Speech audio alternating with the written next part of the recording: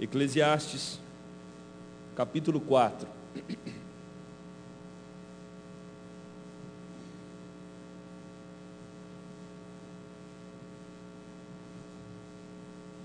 Mesmo assentados, porém com toda reverência à palavra de Deus, quero convidá-los para uma leitura alternada.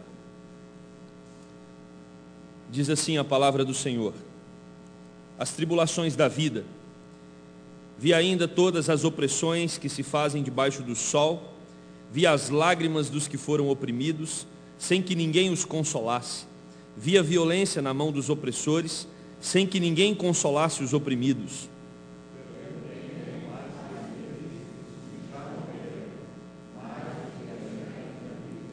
Porém, mais que uns e outros, tenho por feliz aquele que ainda não nasceu e não viu as más obras que se fazem debaixo do sol.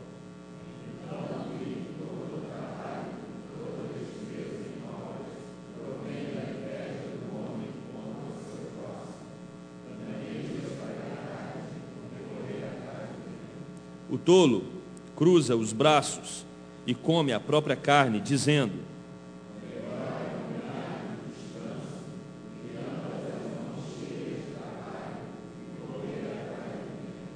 então, considerei outra vaidade debaixo do sol.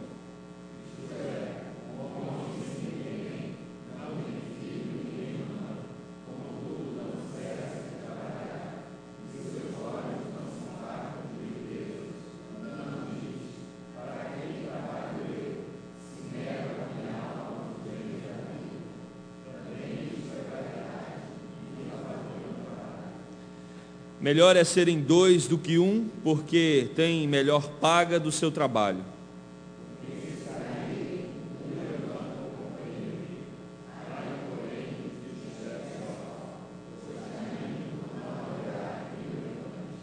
Também, se dois dormirem juntos, eles se aquentarão, mas um só, como se aquentará?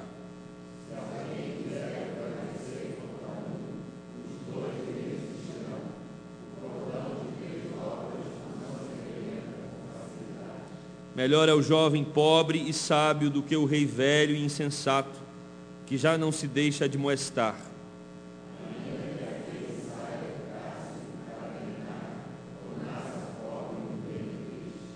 Vi todos os viventes que andam debaixo do sol, com o jovem sucessor, que ficará em lugar do rei.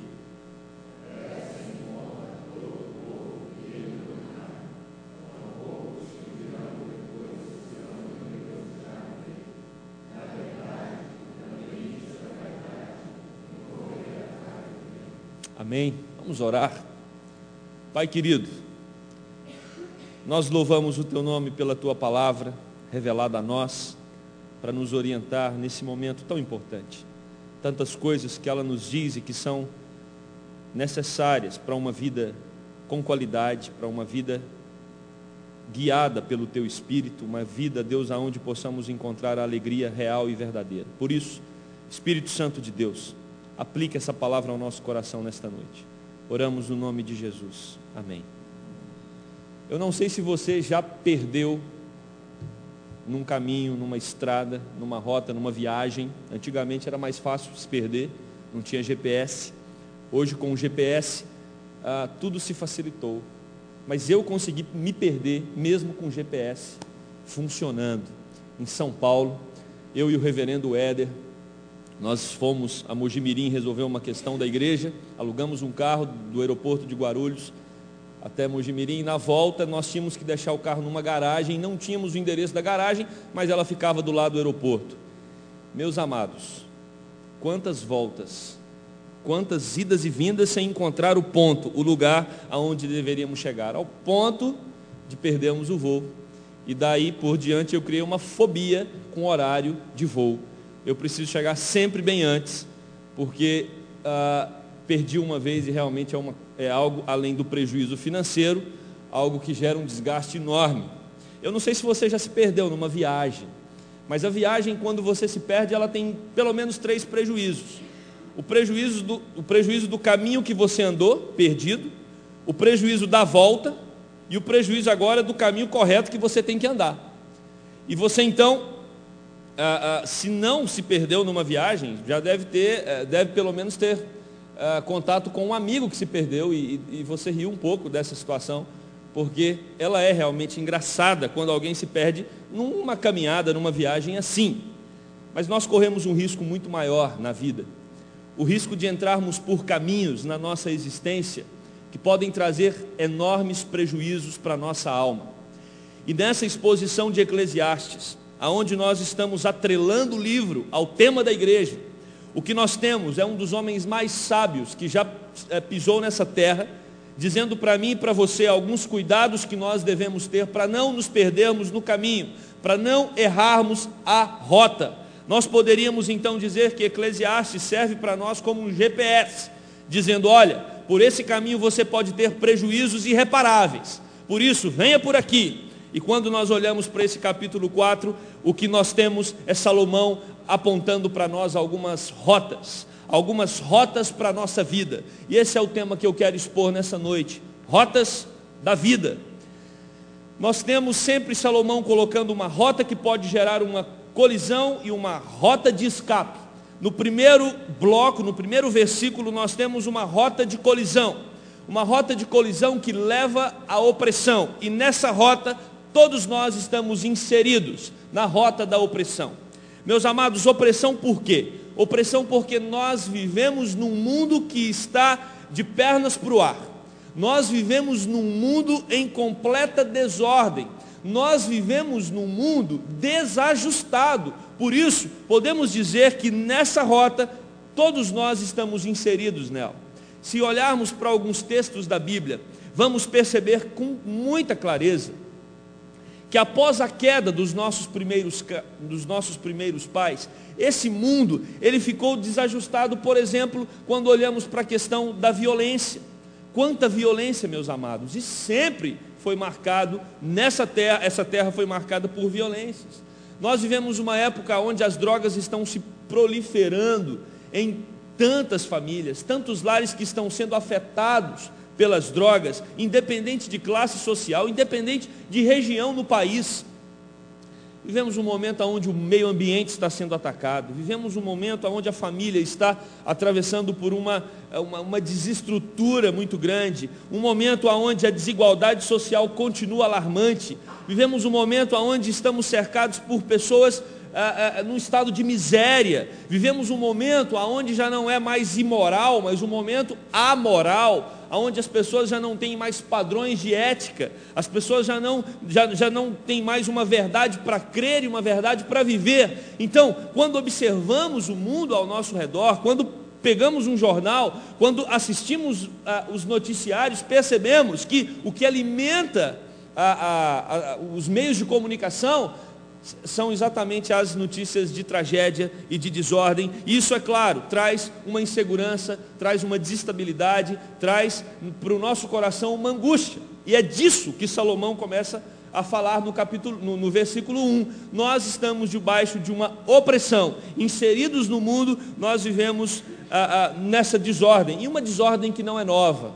O Antigo Testamento vai falar sobre ela. Por exemplo, o livro de livro de Provérbios, capítulo 28, verso 16, Salomão também em Provérbios vai falar sobre a opressão do rei em relação ao povo, ou seja, dos políticos em relação ao povo. O príncipe falto de inteligência multiplica as opressões, mas o que aborrece a avareza viverá muitos anos.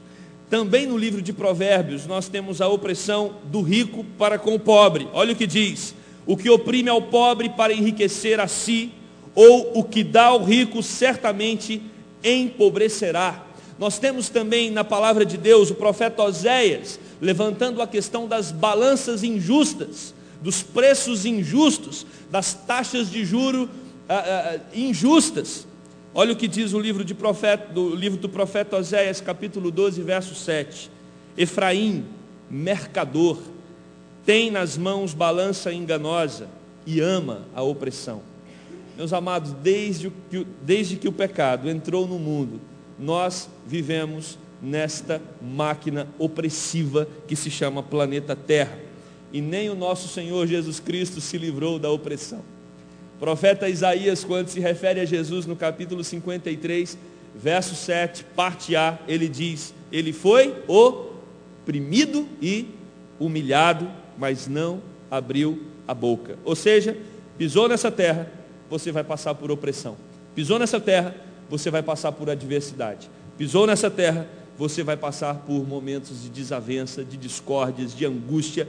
E todos nós sabemos exatamente do que esse texto está falando, porque nós estamos inseridos nesta realidade.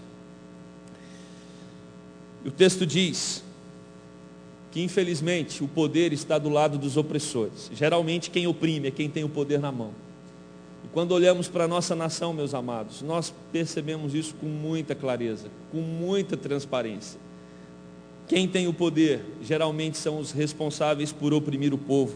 O poder nas mãos dos homens é uma máquina de opressão. Por isso, se tem alguém aqui hoje à noite, ou nos assistindo pela internet, que exerce uma função de chefia, que tem algum poder nas suas mãos, cuidado. Cuidado para que você não seja alguém que promova esse tipo de atitude para com pessoas que estão debaixo dos seus cuidados. O povo não tem a quem recorrer. O livro de Eclesiastes, nesse capítulo, vai dizer nos versos 2 e 3, olha, no verso 1 ainda, existe uma opressão terrível e nós não temos a quem recorrer. Por quê? Por uma razão simples: quem oprime é o poder. E se o poder é quem é o opressor, a quem nós vamos recorrer? Quem é o poder? O poder são os políticos, as empresas privadas, a própria justiça, que às vezes se parece tão injusta, são os instrumentos de opressão. Irmãos, você, como seguidor de Jesus Cristo, que tem procurado levar uma vida de acordo com os padrões e a ética cristã, sabe o quão difícil é, num país como o Brasil, você ser justo, você ser honesto, você cumprir com todos os seus deveres como cidadão. E é exatamente disso que Salomão está falando. Mas é importante nós termos esse sentimento de opressão, por uma razão simples: aqui não é a nossa casa, aqui não é o nosso lar, esse lugar não é a minha habitação. Nós estamos por aqui por um breve tempo e vamos passar porque esse é um mundo de corrupção. Saiu um dado do Banco Mundial de que são movimentados aproximadamente $1 trilhão em corrupção no mundo. Eu achei curioso esse dado, porque eu não sei como que o Banco Central, ou o Banco Mundial, melhor dizendo, consegue fazer essa contabilidade. Mas aí, as pessoas que estavam discutindo essa informação falaram que esse é um número otimista, é um número oficial e otimista, mas provavelmente a máquina da corrupção no mundo é muito maior do que apenas $1 trilhão. Pessoas que estão usando do poder para tomar benefícios para si mesmo. Lucas Rocha Furtado, ele nos dá uma informação, ele diz: a chance de alguém ser condenado por corrupção no nosso país é mínima. Ou seja, meus amados, essa cultura que nós temos como nação brasileira, de que aquele que faz do jeito errado é beneficiado, isso é uma verdade. Isso é uma verdade. Se você procurar os caminhos escuros e fazer negócios que não se enquadram na justiça, na lealdade, a probabilidade de você ser beneficiado financeiramente é muito grande. É muito grande. E por isso, às vezes bate um desespero na gente. Por isso, nosso coração se enche de angústia. Porque você vê como o salmista Davi e outras pessoas também falam disso em outros textos da Bíblia. Você vê o salmista em crise porque o injusto prospera, às vezes mais do que o justo. E essa sensação é exatamente uma sensação de opressão. Quando você vê que aquele que está fazendo algo errado, aquele que está usando de recursos indevidos, ele está tendo uma vida mais tranquila, mais confortável, um padrão de vida melhor do que o seu. Isso gera no seu coração uma revolta. E essa revolta é a opressão da qual Salomão está falando sobre ela. Mas, meus irmãos, o mais difícil é quando o texto diz ainda no verso 1: e não havia quem os consolasse. Nós não temos nessa terra quem nos console. Não temos. Por isso, muitos salmos são escritos dizendo que o consolo para situações como essa vem do Senhor. Um exemplo, Salmo 9, verso 9 diz: o Senhor é também o alto refúgio para o oprimido, refúgio nas horas de tribulação.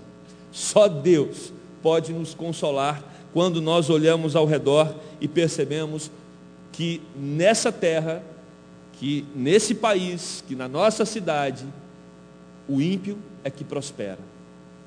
Mas o consolo vem de Deus. Qual que é a rota de escape? Essa é a rota de colisão. Qual é a rota de escape? Por onde vamos escapar diante de uma situação de tamanha opressão? Os versos 2 e 3 nos dão a resposta. A primeira resposta é: você não ter nascido. Não é o caso. Melhor não ter nascido. Já nascemos. Já nascemos. Então nós não temos essa rota de escape, porque já estamos aqui nesse planeta, já somos cidadãos desse mundo marcado por opressão. Mas nós temos uma segunda rota de escape. A segunda rota de escape, ele coloca aqueles que morreram. Agora é claro, irmãos, que para ser uma rota de escape, é somente aqueles que morreram em Cristo Jesus. Aqueles que estão no mundo por vir. Aqueles que já estão na eternidade. Aqueles que já estão com Cristo.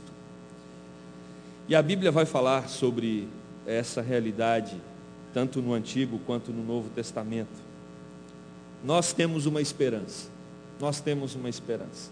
Existe uma pátria celestial que está sendo preparada para nós, aonde não vai entrar corrupção, aonde não vai entrar imoralidades, aonde não vai entrar opressão, aonde não vai entrar qualquer tipo de droga. Uma pátria marcada pela plena presença gloriosa de Cristo, e ali nós viveremos eternamente. Isso que precisa consolar os nossos corações em tempos de adversidade. Isso que precisa encher a nossa alma quando olhamos ao redor e vemos tantos ímpios prosperando. E o apóstolo Pedro, ele vai dizer: olha, nós precisamos manter os nossos olhos firmes nessa bendita esperança. Ele diz no capítulo 1 de 1 Pedro, versos 3 a 5: bendito Deus e Pai de nosso Senhor Jesus Cristo, que segundo a sua muita misericórdia, nos regenerou para uma viva esperança, mediante a ressurreição de Jesus Cristo dentre os mortos, para uma herança incorruptível, sem mácula, imarcessível, reservada nos céus para vós outros, que sois guardados pelo poder de Deus, mediante a fé, para a salvação preparada para revelar-se no último tempo. Nós somos um povo que tem esperança no coração. Nós somos um povo que tem uma pátria que está sendo preparada e reservada, e por isso, nós, a partir dessa ótica, nós podemos entender quando o apóstolo Paulo diz que viver nessa terra só tem graça, só tem sentido quando vivemos para Cristo. Porque para ele, morrer era lucro. Morrer é lucro. Morrer é lucro, porque morrer é partir para a presença gloriosa e plena do Senhor Jesus, para um lugar onde nós não teremos nenhuma manifestação opressora. Nós precisamos ter no nosso coração o desejo de partir. Nós não sabemos quando Deus vai nos levar, e nem temos que antecipar isso. Deus sabe o tempo em que nós devemos ir, mas nós precisamos, como Paulo também nos ensina no capítulo 8 de Romanos, versículo 23, nós precisamos gemer no nosso interior, esperando a nossa adoção completa. Essa é a nossa rota de escape. Vivemos num mundo de opressão, nós temos uma válvula, nós temos uma saída. A saída é focarmos na eternidade, focarmos no reino de Deus, focarmos nas coisas do alto. E por isso Jesus vai dizer: buscai em primeiro lugar o reino de Deus. Foque no reino de Deus. Encha o seu coração com as coisas do reino eterno. E aí sim, nós teremos alívio, nós teremos condições de atravessarmos os dias difíceis que temos e que passamos aqui nessa terra, lugar marcado pela opressão, lugar marcado pela adversidade, por tribulação. Salomão vai falar de uma segunda rota de colisão. A primeira é a opressão, a segunda rota de colisão é a competitividade e a comodidade. Os versículos 4 e 5, na nossa tradução, revista e atualizada, nós temos inveja, mas a Bíblia, a tradução NVI, vai traduzir inveja por competitividade. Esse é um segundo problema que nós precisamos cuidar para não cairmos nele enquanto vivemos aqui. Nós não podemos ter o nosso coração, na nossa vida, a ganância, o anseio, o desejo de estar por cima de todos os outros, como se esse fosse o foco único, absoluto da nossa vida. Como se o sentido da nossa vida fosse vencer às custas do outro, subir pisando nos ombros do outro. E meus amados, como a nossa época é uma época marcada, quanto incentivo para você se sobressair em relação aos outros, o quanto nós percebemos a fomentação para que você tenha sucesso na vida, independente dos meios que você usa para isso. Isso é ganância. E tem um texto judeu que diz: a ganância insaciável é um dos tristes fenômenos que apressam a autodestruição do homem. Seu coração está cheio de quê? Você está se alimentando do quê? Aonde você quer chegar na vida? A pergunta de Salomão nessa segunda rota de colisão é essa: você quer o quê? Pastor, eu quero mais e mais e mais. Eu quero mais dinheiro, eu quero mais sucesso, eu quero mais status, eu quero mais um degrau, e esse é o objetivo central da minha vida. Salomão está dizendo: cuidado. Cuidado, porque esse é um caminho perigoso. Esse é um caminho perigoso. Eu me lembro, alguns anos atrás, de uma entrevista no programa do Jô. Não me recordo de quem era o entrevistado, mas era um dos homens mais ricos do Brasil. E o Jô Soares disse para ele assim, na entrevista: olha, se a gente fosse contar o seu patrimônio em notas de R$1, na época tinha ainda a nota de R$1, contando 1, 2, 3, nós levaríamos 100 anos para contar o seu patrimônio. Você narrou aqui que você precisa confiar nas pessoas que estão cuidando de todos os seus bens, porque você já não tem controle mais. Você chegou a um ponto que tudo que você quer financeiramente, você pode. A sua vida é movida pelo quê? O que mais que você quer? E a resposta daquele homem foi: Jô, eu quero ganhar um pouco mais. Um pouquinho mais. Irmãos, eu não sei se nós somos tão diferentes dele. Eu não sei. É dessa competitividade que Salomão está falando. É dessa inveja, dessa ganância, desse desejo insaciável. Insatisfação. Essa é a palavra da geração consumista. O consumismo, ele vive da insatisfação. Ele precisa primeiro, antes de levar você a comprar alguma coisa, a almejar alguma coisa, a sonhar em ter algumas coisas, o consumismo, ele precisa gerar no seu coração a insatisfação pela vida que você está levando. Primeiro você precisa ficar deprimido. Você precisa olhar ao redor e dizer: puxa, minha vida não está legal porque está faltando isso. Eu preciso então adquirir, eu preciso comprar. O dia que eu conseguir comprar um apartamento assim assado, nesse ou em tal lugar, aí sim eu vou encontrar a felicidade. E aí você consegue comprar aquele tal apartamento. Mas aí você agora precisa de um outro, porque quem sabe do dia de amanhã.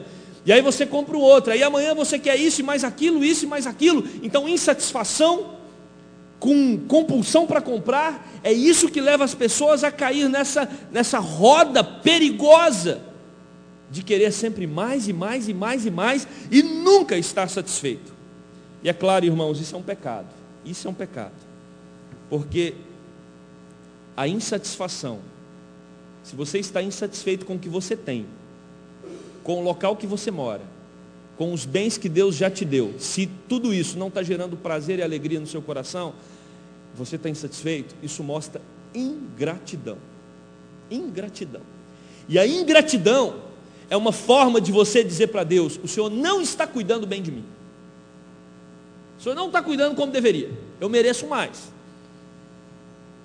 é você dizer para Deus que Deus não está sendo eficiente na tarefa de zelar do seu coração, de zelar da sua alma e de zelar da sua vida. Por isso, muito cuidado com essa rota, muito cuidado com a murmuração, muito cuidado com a ingratidão. Por outro lado, o texto não está dizendo para você cruzar os braços e ficar tranquilo, né? Então ok, vou depender completamente de Deus, não vou mais estudar como deveria, não vou mais trabalhar como eu estava planejando, não vou mais sonhar com aquele cargo, não vou mais sonhar com isso ou com aquilo, agora eu vou sentar e vou esperar cair do céu. Irmão, Salomão já sabia que nós íamos pensar nisso, por isso ele chama esse sujeito de quê?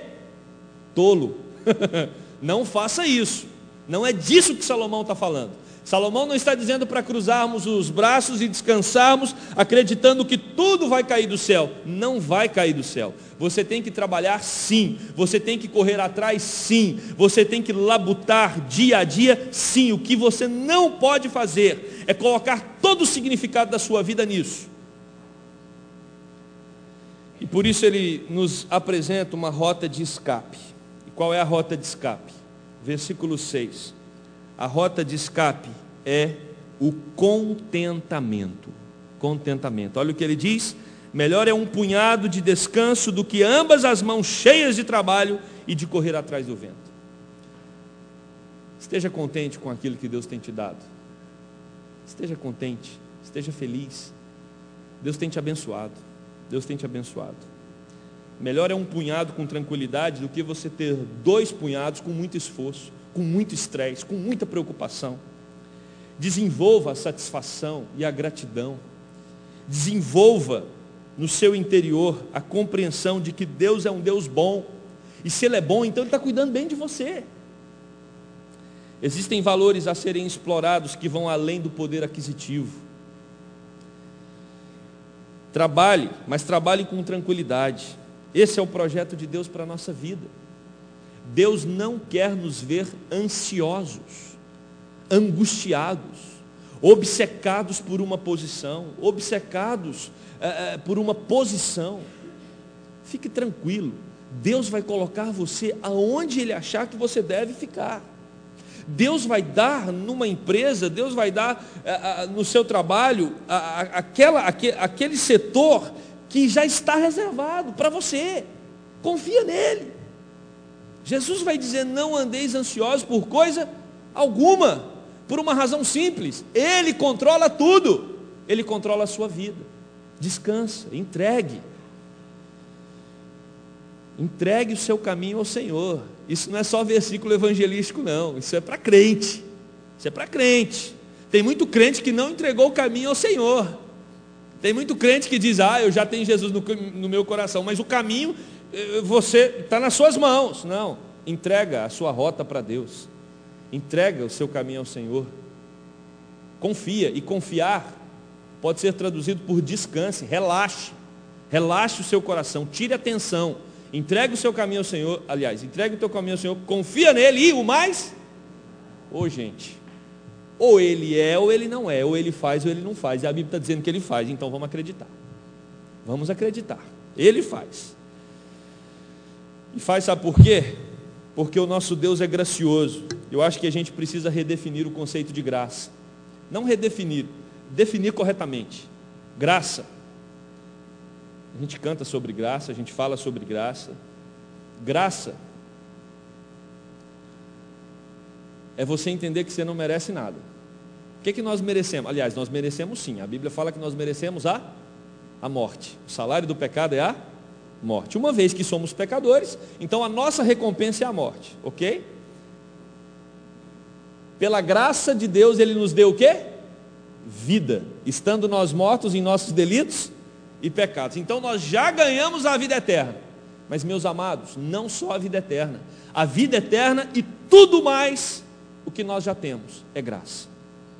Você vai chegar em casa hoje, provavelmente, se não jantar fora, vai jantar em casa. Se você for no shopping ou em qualquer outro lugar jantar, comer um sanduíche, você vai ter que pagar isso. E você vai pagar porque você tem condições. E você tem condições porque você trabalha. E você tem o trabalho porque Deus te deu condições para ter um trabalho. E tudo isso é graça. Você vai dormir numa cama hoje. Essa cama é a manifestação da graça de Deus. Debaixo de um teto, manifestação da graça de Deus. Amanhã você vai acordar, vai ter café da manhã, manifestação da graça de Deus. Você vai para o trabalho, manifestação da graça de Deus. Tudo na nossa vida é a manifestação da graça de Deus, porque o que nós merecíamos era a morte. Tudo o que é vida, tudo o que gera vida é presente de Deus. Por isso nós precisamos ter um coração agradecido. Por isso nós precisamos, em vez de ficar sonhando com aquilo que não temos, fazer uma lista do que temos e glorificar a Deus por tudo isso.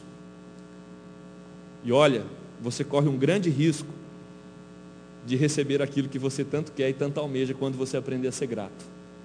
Porque às vezes Deus não está te dando porque você está muito ingrato com aquilo que Ele já te deu.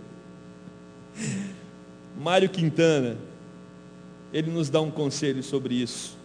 Ele fala: não sejamos vítimas ingênuas desta tal competitividade. Se a meta para você está alta demais, reduza. Se você não está de acordo com as regras, demita-se. Invente o seu próprio jogo. Faça o que for necessário para você ser feliz. Mas não se esqueça de uma coisa: a felicidade é um sentimento simples. Você pode encontrá-la ou deixá-la ir embora por não perceber a sua simplicidade. Meus irmãos, às vezes nós complicamos muito. Às vezes nós achamos que o caminho para a satisfação, o caminho para o contentamento é quando eu tiver isso ou aquilo, ou quando eu chegar nessa ou naquela posição. Meu amado, minha amada, aproveita o seu momento. Se você está no colégio, aproveita, porque esse tempo vai passar. Se é na faculdade, aproveita. Não preocupa com a porta de emprego, Deus vai abrir. Olha quantos testemunhos nós temos na igreja, jovens, de portas que Deus abriu para os adultos que estão aqui e para outros jovens também. Deus vai abrir para você. O nosso Deus, Ele é aquele que nos dá um presente enorme, que não dá para calcular, que foi a salvação. Presente enorme. Você acha que Ele vai deixar de te dar os presentes menores? Você acha que Ele vai deixar de cuidar de você nessas coisas pequenas? O mais difícil Ele te deu, que foi o único filho dele, para morrer numa cruz, para te livrar do inferno, para te livrar das trevas e te transportar para o reino da luz. Você acha que Deus vai deixar de cuidar de você em coisas tão menores? Tranquilize o seu coração. Não caia nesse jogo da competitividade, aonde vale tudo para alcançar a sua meta. Terceira e penúltima rota de colisão é a solidão. E uma solidão que é resultado dessa ganância, resultado desse desejo de obter mais e mais sucesso nessa terra. Karina Perussi, ela escreve o seguinte: cuidado com algumas escolhas. Ganância leva ao egoísmo, e o egoísmo leva à solidão. Cuidado com algumas escolhas que você faz. Vivemos uma época, e ontem na UMP nós discutimos isso, o papel do homem e da mulher no século 21. Tem muitas mulheres, jovens, que estão tão focadas no sucesso profissional, que elas já não sonham mais com maternidade, por exemplo. Elas já não sonham mais com família, por exemplo. O objetivo é um só: status social. E não são só mulheres, homens também. E o pior não é isso, é que nós temos homens e mulheres que já têm famílias e filhos, mas vivem numa completa solidão, porque mesmo com o marido do lado, com os filhos do lado, eles não conseguem enxergar esposa ou marido e filhos, porque eles estão voltados só para a vida profissional. E Salomão vai falar sobre isso, a solidão de um homem ou de uma mulher que está mergulhado no objetivo de obter riquezas nessa terra, cercado de posses, mas desprovido de relacionamentos. Coisas são mais importantes do que vínculos e afetos. Todos se desapareceram diante da busca inquietante dessa pessoa por cifras. Meus amados, pensamento único e focado, produzir e armazenar, é isso que Salomão coloca. Essa pessoa só tem um objetivo: produzir e armazenar. E aí o próprio autor do livro coloca: para quê? Para quem? Para quem? Para que juntar tanto? Para que correr atrás de tanto? Para que acumular tanto? Se você está sozinho, se você não constituiu família, se você não valorizou outras coisas que são elementares para o significado humano, para quê? Você está só, a conta está gorda no banco, você conhece, viaja de um lado para o outro, você está satisfeito em si mesmo, mas está sozinho. Mas tem uma rota de escape. Tem uma rota de escape. A vida em comunidade. A vida em comunidade. E esse é um texto muito especial para mim, porque foi o texto do meu casamento, pregado pelo reverendo Leonardo Sayum, há 13 anos atrás. Esse texto que diz: melhor é serem dois do que um. Meus amados, não tem nada que substitui a vida em comunidade. Amar e ser amado é alguma coisa que vai além do status social, é alguma coisa que vai além do sucesso profissional, é alguma coisa que extrapola os números, porque amor não se compra. Amor não se compra. Amor se constrói com relacionamento entre marido e mulher, pais e filhos, e relacionamento na comunidade do Senhor Jesus Cristo. Encontros como esse hoje à noite, eles não têm preço. Não tem como você colocar valor nisso aqui. Isso aqui é um encontro espiritual de um povo que acredita num único Deus, tem uma mesma fé, e de um povo que sabe que pode contar uns com os outros. Nós cantamos hoje sobre isso. Somos uma comunidade que deve viver unida, celebrando a vida que foi concedida em Cristo Jesus, sem qualquer falsidade, vivendo a verdade. Vida em comunidade, porque quando um está fraco, o outro fortalece. Não tem coisa melhor na vida do que você estar abatido e vem para a igreja e um irmão olha para você e fala: você não está legal. Não, eu não estou legal mesmo, estou passando por um momento difícil, eu quero orar com você, senta aqui, vamos orar juntos. E aquele irmão coloca a mão no ombro e ora por você, e você sai daqui alimentado. Onde você consegue isso? Um suporta o outro, um dá suporte para o outro. Aquecimento, quando está frio, nós podemos nos aquecer aproximando uns dos outros. E mais, resistência. O cordão de 3 dobras, ele não se rompe. Jesus Cristo não mandou um discípulo para cada lugar, ele enviou de 2 a 2. Nós não podemos andar sozinhos, você não pode andar sozinho. Você precisa estar aqui conosco, juntos nós somos mais que vencedores, porque juntos nós somos o corpo de Cristo, cuidando uns dos outros. E mais uma vez eu faço o desafio para você: procure uma célula, participe de uma célula, abra o seu coração nos pequenos grupos, porque ali é lugar de você se aproximar um pouco mais dos seus irmãos de fé, é lugar de você ajudar pessoas que estão enfrentando dias difíceis, e também de ser ajudado quando você estiver atravessando momentos complicados na sua vida. Por isso, melhor do que sair correndo atrás de dinheiro, desesperado, esquecendo de todo mundo que está ao seu redor, para um pouco. Aí eu vou pegar carona na palavra do pastor Badu hoje de manhã. Dá uma pausa, valorize aquilo que está ao seu redor e que precisa ser valorizado. Por último, a última rota de colisão que nós temos que tomar cuidado é o amor ao poder. Amor ao poder. Salomão, como rei poderoso que é, ele está dizendo que nós temos que tomar cuidado quando nós amamos não só o dinheiro, mas também quando nós amamos o status, o poder sobre os outros. Poder é uma coisa muito perigosa. Abraham Lincoln, ele disse: quase todos os homens são capazes de suportar adversidades, Mas se você quer pôr à prova o caráter de um homem, dele, poder. Por isso é que Salomão está afirmando: quanto mais tempo no poder, maior a possibilidade de cometer tolices e se tornar intolerante a repreensões.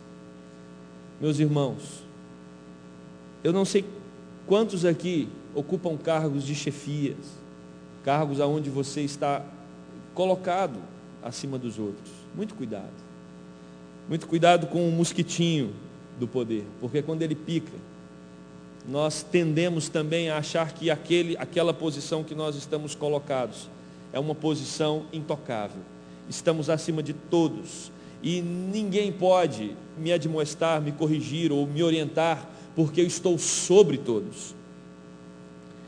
Prepotência, soberba, pode dominar a alma daqueles que se assentam e se acomodam no trono.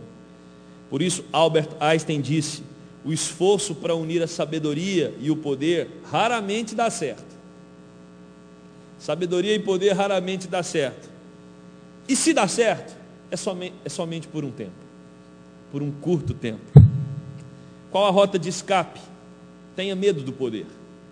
Se você está colocado numa posição de liderança, independente de qual seja ela,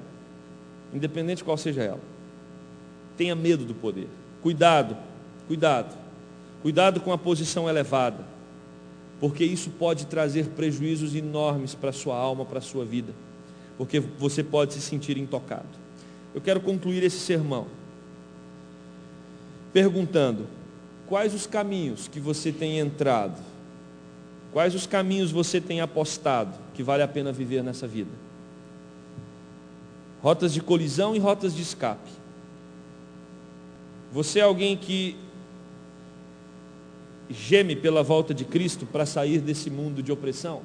Você quer mesmo que Jesus volte? Você acha que o seu coração está cheio dessa esperança? Ou não? Seu coração está cheio de vontade de galgar nessa terra e ocupar cada vez mais posições de status? Você é uma pessoa que a marca da sua vida é a murmuração, sempre reclamando do que não tem? Ou a marca da sua vida é o contentamento, a alegria pelo que tem? Como você está na sua vida comunitária? Como é que está a sua relação com a família? Como é que está a sua relação na igreja? Você tem valorizado essas coisas que são muito importantes para a sua existência? E a sua relação com o poder? Você é alguém que almeja o poder? Você almeja chegar lá para estar acima dos outros?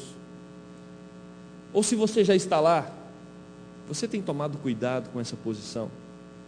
Nós fomos chamados para ser o povo marcado pelo serviço, pela humildade. Nós somos o povo chamado para nos humilhar diante dos outros, considerar os outros mais elevados que nós.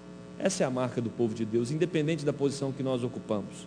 E que possamos, amados, tomar essas rotas de escapes para sobrevivermos num mundo marcado por tanta opressão, por tanta adversidade, por tanta tribulação. Que o nosso coração queime pela viva esperança. Que Deus nos abençoe. Oremos. Pai querido, muito obrigado, porque a Tua palavra é palavra de esperança. Como é complicado, Deus, vivermos nessa terra. Quantas provações, quantas angústias, quantas opressões. Que tristeza nos causa, nos vem ao coração, quando olhamos pessoas ímpias, pessoas que blasfemam contra o Teu nome, às vezes aparentando uma vida de tranquilidade, uma vida próspera.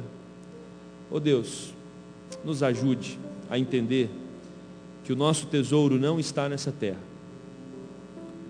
que os nossos sonhos não serão realizados aqui, porque o nosso sonho precisa ser o sonho do Senhor, e o Senhor quer que nós sonhamos com a vida eterna, almejemos a vida eterna. Por isso, toma-nos nas Tuas mãos nessa noite, redirecione os nossos corações, mude o nosso caminho, transforme a nossa rota, para que possamos, Deus, buscar o Senhor como único e maior bem para o nosso coração. Oh Deus, dá-nos contentamento, dá-nos satisfação com todas as bênçãos que o Senhor tem derramado sobre nós. Quantas dádivas, Pai. Eu tenho certeza que se cada irmão fosse narrar ou escrever as maravilhas do Senhor manifestadas na vida de cada um, são tantas, Deus, são tantas, a começar pela obra magnífica de salvação em Cristo Jesus. Deus, nós temos somente a que agradecer mesmo, louvar e bendizer o teu nome. Pai, o Senhor também sabe de todos aqueles que estão ocupando cargos de chefia, pessoas que foram chamadas para liderar, pessoas que foram chamadas, Deus, para governar. Tem misericórdia, Deus, de cada um deles. Ajude o Senhor a não amar o poder mais do que ao Senhor, mas que, pelo contrário, Deus, através dessa posição, eles possam revelar um coração voltado para o serviço, para a humildade, um coração voltado, Deus, para o Senhor mesmo. Que a tua bênção, que o teu sustento, que o teu cuidado seja derramado sobre nós, e que possamos, Deus, estar atentos a todas essas observações que Salomão aponta para nós, para que tenhamos uma vida marcada pela qualidade, uma vida, Deus, aonde o nosso coração esteja ajustado com o teu coração. Oramos no nome de Jesus.